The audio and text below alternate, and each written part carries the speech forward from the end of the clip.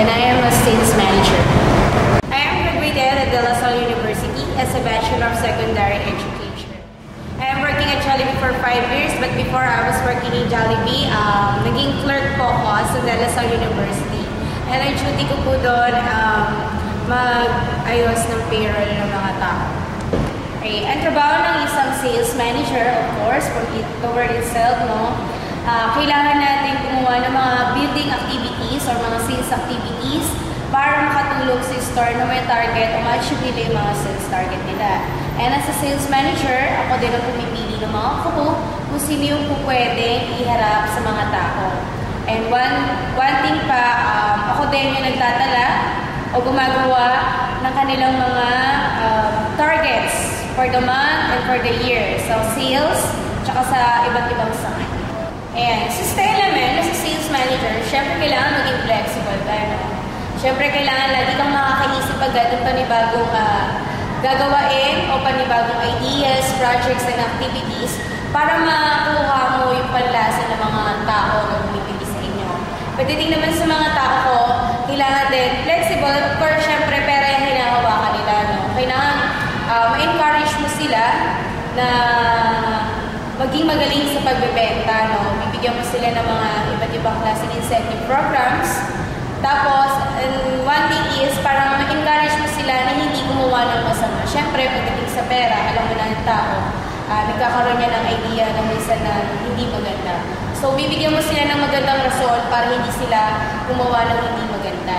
Okay. Tapos naman, pagdating sa mga working students ko, I try my best na ma-adjust natin o makakope up tayo sa mga times nila. Siyempre, kailangan natin yan sa kanila na bumagay. Oo, naman sila eh. At saka, sa panahon ngayon, maraming working student, kaya kailangan nila ng tulong natin. Characteristic ng sales personnel, siyempre, as a sales personnel, kailangan number 1 siya is mapagkakatiwalaan. So, paano mo malalaman yun? During interview, tinatanong ko sila kung 1 to 10 rate nila yung sarili nila in honesty. And binibigay ko yung reason kung bakit yun ang binigay nilang grade para sa sarili. And other thing na tinatanong ko sa kanila is, mayroon bang times na nasubok ang kanilang honesty sa pangyayari sa kanilang buhay sa pagtatrabaho ng pinangyarihan nila. During interview, may kita mo naman sa kanila kung nagsasabi sila ng totoo or hindi. And pangalawa, syempre, sa sales personnel, kailangan pleasing personality ka. Hindi naman kailangan magandang-maganda o gwapong-gwapo. Basta ang kailangan mo, nag-aayos ka, presentable, at saka mukhang malinis. Number 3, kailangan maboka. Syempre, magaling magbola. Syempre, pag nagbebenta ka, kailangan mong bulahin si customer para mapabili mo sila sa produkto na ibinibigay mo sa kanila. And isa pa, kailangan din siguro flexible, no? Yung madali mong ibagay ng tao yung sarili niya doon sa taong kausap niya. May a-adjust niya yung sarili niya.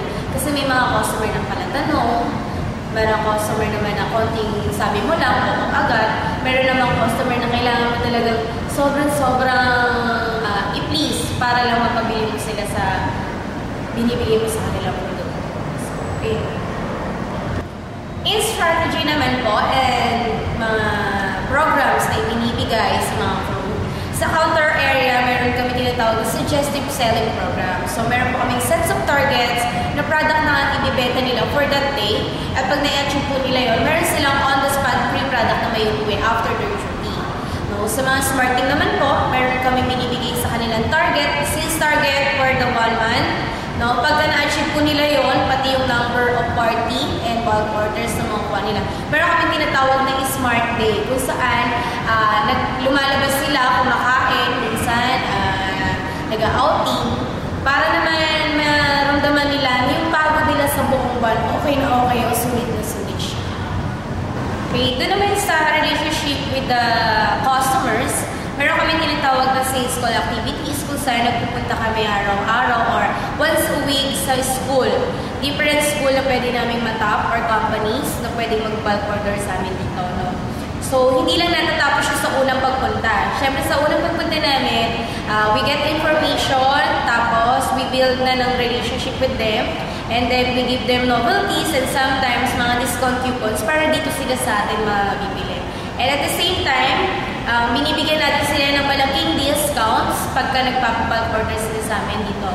Tapos, once a month, we see to eat na mababalikan namin yung mga schools na pinuntahan namin every time na meron silang mga activities sa school. Halimbawa, may mga kuha ng wika, ayan. So, nagpupunta kami sa school nila, tatayo kami ng booth, tapos, doon, bumibili sila sa amin. So, every time na magkakaroon na sila ng activities, kami na yung tatawagan nila.